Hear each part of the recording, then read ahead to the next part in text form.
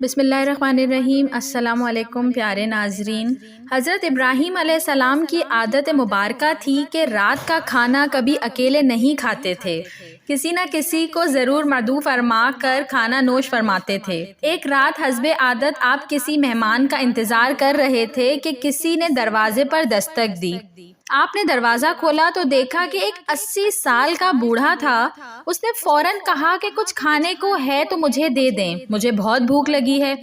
حضرت ابراہیم علیہ السلام نے خوش ہو کر فرمایا مرحبا مرحبا، اور اس شخص کے سامنے کھانا رکھا، اس کے ہاتھ دھلائے اور کہا چلیں جی بسم اللہ کیجئے۔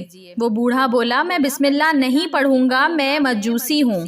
حضرت ابراہیم علیہ السلام نے غصے میں کہا کہ کھڑے ہو جاؤ، میں مجوسی کے ساتھ کھانا پسند نہیں کرتا۔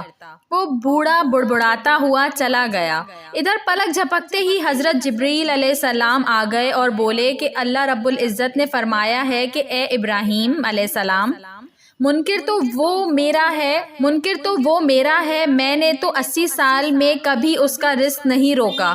حضرت ابراہیم علیہ السلام یہ سنتے ہی اس بوڑھے مجوسی کے پیچھے دوڑے، تھوڑی ہی دور گئے تھے تو وہ مل گیا۔ آپ نے اس سے کہا کہ اے اللہ کے بندے، مجھے معاف کر دیں اور میرے ساتھ چل کر کھانا کھا لیں، آپ کی وجہ سے مجھے اللہ سے بہت ڈانٹ پڑی ہے۔ مجوسی بولا کہ کون اللہ؟ آپ علیہ السلام نے فرمایا وہ ذات جس نے ساری کائنات کو پیدا کیا۔ اللہ وہ ہے جس نے ہر شے کو تخلیق کیا اور خوبصورت شکل میں ڈھالا۔ اللہ وہ ذات ہے جو تمام مخلوقات کو رزق دیتا ہے۔